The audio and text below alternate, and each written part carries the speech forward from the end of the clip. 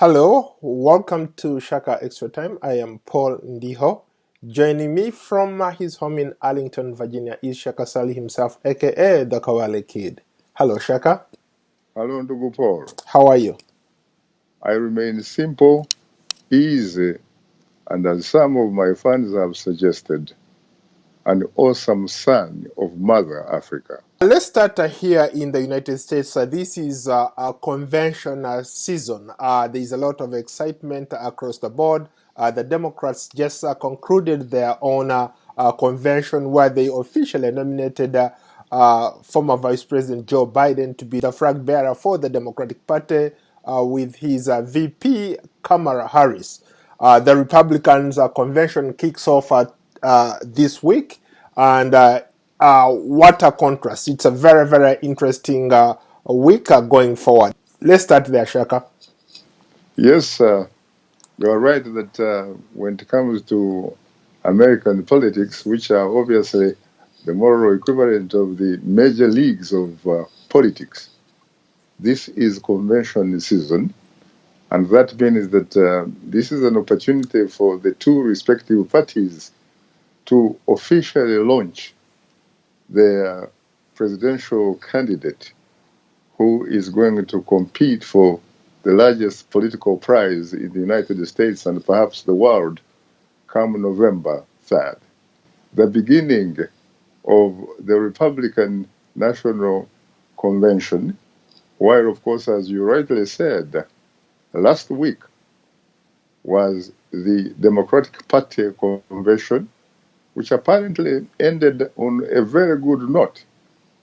I say that because it actually, for the first time, emerged as one of those few times when the party is largely united, and also it was an opportunity for the party to apparently welcome a lot of what is sometimes referred to as the Republican Party refugees into the party fold, when some of the key players, the major political hitters, like the former U.S. Secretary of State and first African American chairman of the Joint Chief of Staff, General Colin Powell, actually had an opportunity to address the Democratic Party convention. We are looking forward this evening to a Republican Party convention which reportedly will be dominated by President Donald J. Trump and his family. Very interesting analysis, Shaka. When you look at the two, when you just referenced the lineup at the Democratic Convention and the lineup coming up for the Republican Party. So when you look at these two, in terms of who they positioned to be the face or to convey that message for the Democrats, and you juxtapose that to the Republican Party, what stands out for you? What struck me, Ndugu Paul, really, is that this time around, we seem to be going for a uniquely different type of election. It could, in fact, according to a lot of pundits, turn out to be perhaps an election for the ages. I am saying that because I have been here for the last 44 years. I frankly have never seen this type of convention as far as the Democratic Party is concerned. You are talking about a party that clearly demonstrated that it was united. And I say this because 4 years ago, when it was Republican candidate Donald J. Trump vis-a-vis Democratic Party presidential candidate Hillary Rodham Clinton, the party was very divided. It was divided between Clinton and Senator Bernie Sanders and his supporters. But this time around, Ndugu Paul, not only did people like Bernie Sanders actually have a great opportunity to interact with their supporters and the country during the convention. But even their supporters, and even Bernie supporters, colleagues, when they were running in the Democratic Party primaries for the presidential prize, they all came together and they were moderated by one of their colleagues, Senator Cory Booker from New Jersey. It was very interesting to look at that type of gesture. It was very clear that the party had finally decided to put the interests of the country above the party and above the individuals. You just talked about the Democratic Party being united as one front. How about the Republican Party? A lot of Republicans are former government officials, former governors are coming out to support the Democrats. Does that mean that the Republican Party itself is not united? There is no question about the fact that there is no such a thing as we talk as the Republican Party. If you really were to follow conventional wisdom, it looks rather right now like a faction of President Donald J. Trump and his family and his base, which is made up of who sometimes are referred to as the nationalist Americans. You're talking about people who are said to be extremely conservative, not college educated, normally would be characterized as the traditional blue collar workers. When you talk about the conventional Republican Party, it looks like just like the Democratic Party flag bearer Joe Biden has said that this election is about fighting for the soul of America. The Republican Party members, in fact, have been talking about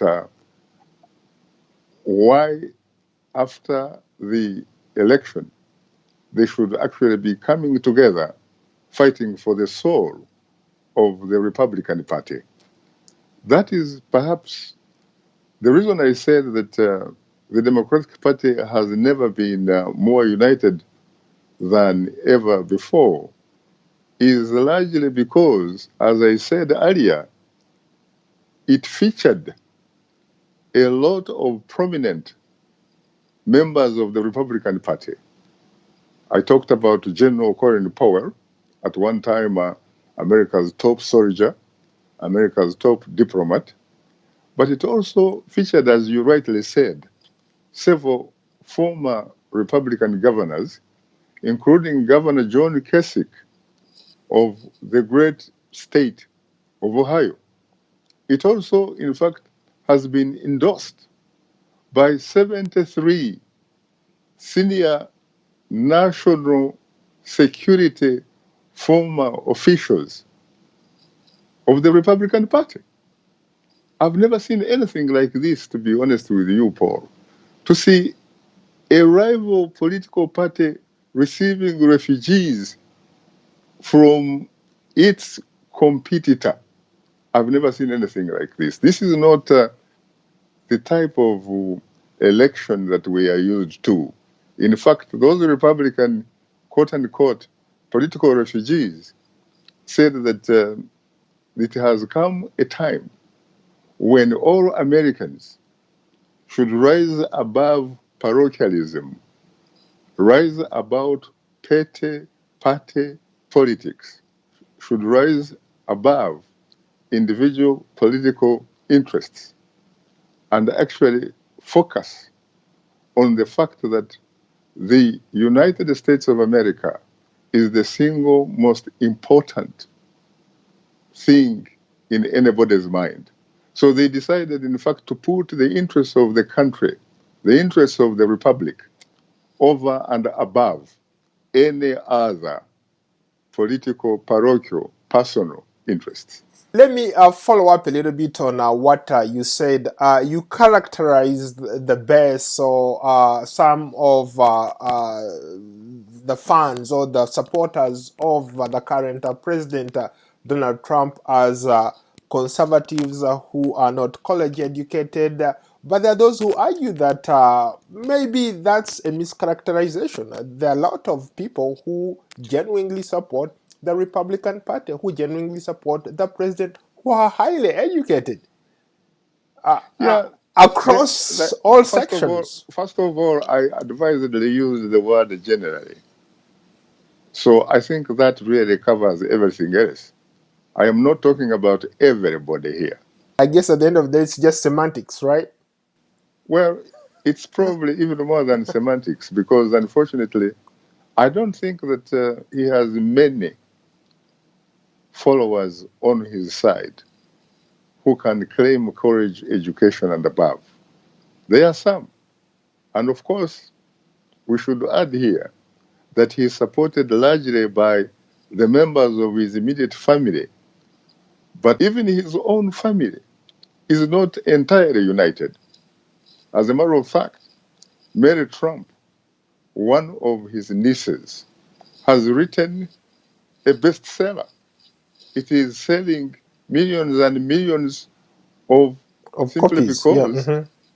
because she has written some information that exposes the president to such an extent that it has even caused some people to pretty much cut and run and head for the nearest political tall grass. You are also talking about his own sister, his big sister, who in fact is very highly educated, by the way. A former His judge. niece, Yeah. his niece, by the way, has a PhD to boot in psychology.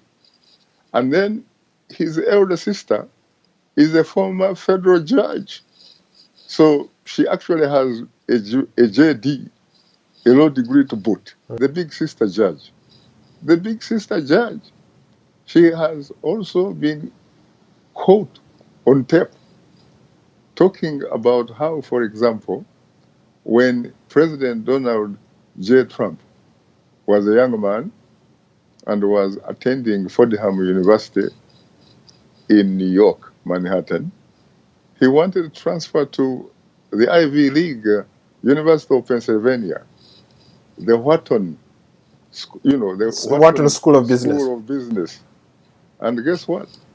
He apparently sold services of someone else. A mercenary. An academic mercenary. He sort of became an academic mercenary, somebody said, to the extent that someone else sat for his scholastic aptitude tests in order to gain entry in that Ivy League. So you are even talking about a family here, which is not entirely united, let alone the conventional Republican Party as we have come to know it. Speaking about the political tall grass, people heading for the political tall grass, let's go to West Africa, where in the last week or so, things have unfolded. In Mali, former President Boubacar Keita was ousted by a junta group of young, energetic army officers. Your thoughts on that? I can only say here that the events in Mali, and indeed in Africa and in the world, are following and keeping in times with the rules and the laws of nature. Society, as you know, is not static. It is dynamic. And so are people. When you talk about Mali, you are talking about a country where young people came together because they felt that their president, Keita, their government, was denying them what they felt that was their inalienable rights: social, economic, political justice for all. And so they took to the streets.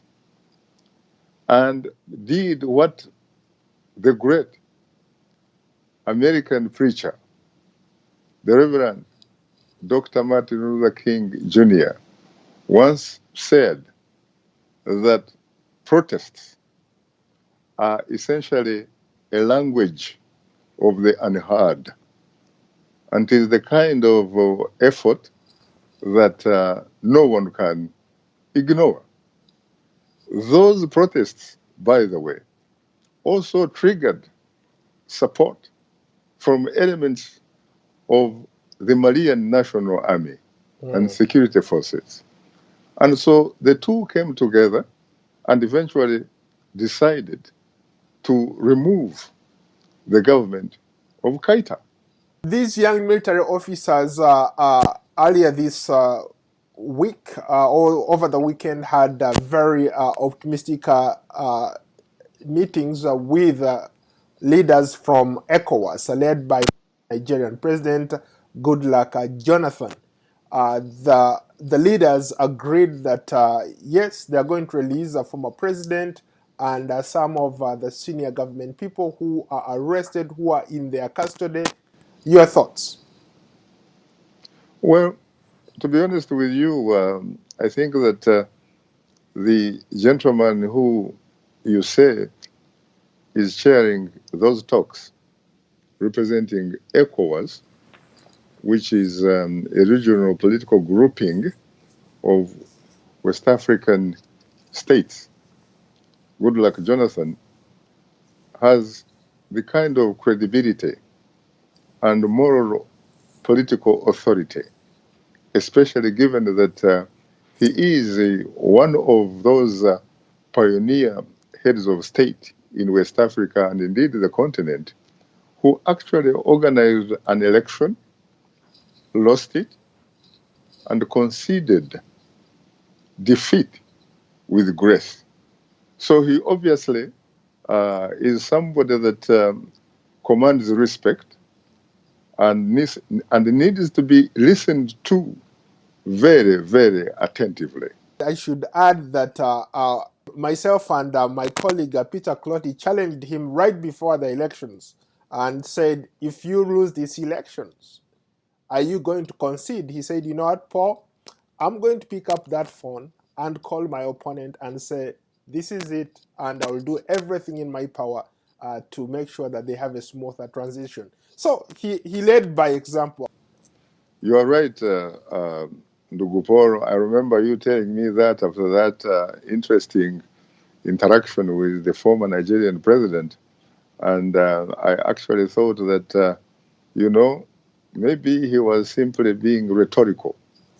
I didn't know that eventually the circumstances would, in fact, present themselves.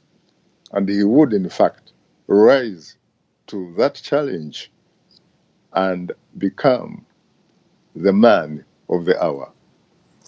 But when you talk about having, for example, a settlement in the context of what is happening in Mali, I think that it is a high time that the regional organizations like ECOWAS and the African Union need to sincerely step up to the plate and desist from simply being organizations that are there at the service of individual heads of state. Rather, they should be at the discretion of the people of Africa. And especially when they know that they have since stopped recognizing military coups when somebody seizes power with AK-47 or other weapons. They do not continue doing business with that particular individual or with that particular group that comes to town with AK-47s as if they were cowboys in a Hollywood movie. They should also sincerely stop doing business as usual when there are credible reports, observers and election monitors that the elections they have actually been observing, witnessing, and what have you, have not to the best of their knowledge been a reflection or a result of what they would call an election that has been fair, has been free, has been transparent, has been verifiable and credible. They should not, for example, continue doing business with any head of state, any president who, for example, swears an oath into office to protect, to preserve, and really, in a sense, to make sure that the document that brought him to power, to make sure that he does not, for example, come about with what some characterize as the constitutional, political shifting of the goalposts to a constitution, frankly, that that particular individual has sworn to uphold, to protect, and to preserve, so that he can actually get some more time, more mileage, hanging out at State House. They should, for example, look at the difference between changing a constitution because the change is a reflection of a national interest, as opposed to a change that comes about simply because of personal or political interests of the individual. They should stop doing business with that particular individual. If they stop doing that, to be honest with you, for the first time in a long time, it is quite possible that Africa, like most other nations around the globe, will begin holding real elections as opposed to what some pundits regard as selections. I could not agree with you more. I've been one of those critics of the African Union and all these quote unquote regional blocs.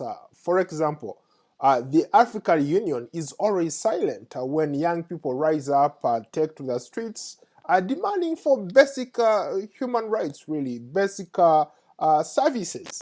They are always quiet, they are silent, you don't hear them. But when it comes to one of their own, a club member, I usually call it a club member. If you don't have that club membership, really the African Union doesn't stand up for you. So I was amazed by how they received the news in Mali saying that, oh, they should reinstate the former president. But look, people have been on the streets for months demanding certain things to be done. The African Union was silent. And all of a sudden they're like, oh no, we don't accept this. So when is it going to be acceptable for ordinary citizens really to feel like their voices are heard? You are right, Ndugu Paul, except that the African Union Charter, as it is, as we talk, does not have that kind of mandate. It does not have sovereign status, sovereign powers. The Continental Organization is largely run by some of the more powerful nations or member states which are on the continent. It is run, for example, by countries like Egypt, by countries like Nigeria, those countries that contribute more. There needs to be some kind of amendments in the charter in order for it to meet the modern challenges that you are talking about. But for that to happen in Ndugu, you are talking about 54 member countries plus Western Sahara. If it were a country, there would be 55. What you probably need is to have at least more than half of those countries being legitimate democratic nations, nations that are headed by leaders who actually come to office because they have been elected and the results reflect the will of those people who have elected them, but not being elected with the results which simply reflect the individuals who count the votes or the individual who announces the results, because that particular individual had previously been appointed by an incumbent president who also happened to be competing in that facade of democracy. Shaka, you've had an opportunity to interact with a lot of leaders on the African continent, presidents, prime ministers, CEOs, name it, you've done it all. When you talk to some of these leaders, what is it that they tell you, especially when the writing is on the wall, like in the case of Mali? People were all over the streets for months. You see it across now in Ivory Coast. In Guinea, leaders want to hang on. And you go to East Africa, the same thing. These leaders don't want to go anywhere. Why can't they borrow a leaf from leaders who have come and served the term and say, you know what, there is life at the end of the presidency? As I said a little bit earlier, Ndugu Paul, society is not static. It is dynamic. For example, you rightly mentioned the name of the former Nigerian leader, Goodluck Jonathan. Goodluck Jonathan has recently been joined by some other leaders. A friend who used to be the president of the Republic of Zambia. In fact, two friends. And you and I called upon one of those, the founding president of Zambia, Dr. David Kenneth Kaunda. He was the founding president of Zambia. And he ruled at a time when, the one-party state, which was a template from Eastern Europe, headed by a country which is no more called the Soviet Union, was in vogue. This man held an election in 1991, lost that election to a Frederick Chiruba, and in fact conceded defeat with grace. You also have another gallant Zambian, another friend of mine, former President Rupia Banda. He also held an election after serving only one term, by the way, lost that election and conceded defeat with grace. John Dramani Mahama, in fact, another friend of mine from Ghana, he also recently, as you know, held an election, lost that particular election, conceded defeat with grace. And in fact, the last time I checked, he is offering himself again to run for office. A French philosopher, Victor Hugo, once said that an idea whose time has come cannot be stopped. You see a lot of young people agitating across Africa. Could that be the way forward? I think you couldn't nail it better. You couldn't nail it better, Ndugu. It was that intellectual giant, French philosopher Victor Hugo, who said, "It is an idea whose time has come." So he was basically looking at the inevitability of change. We'll leave it at that, Shaka. Thank you so much for being a great guest. You're most welcome.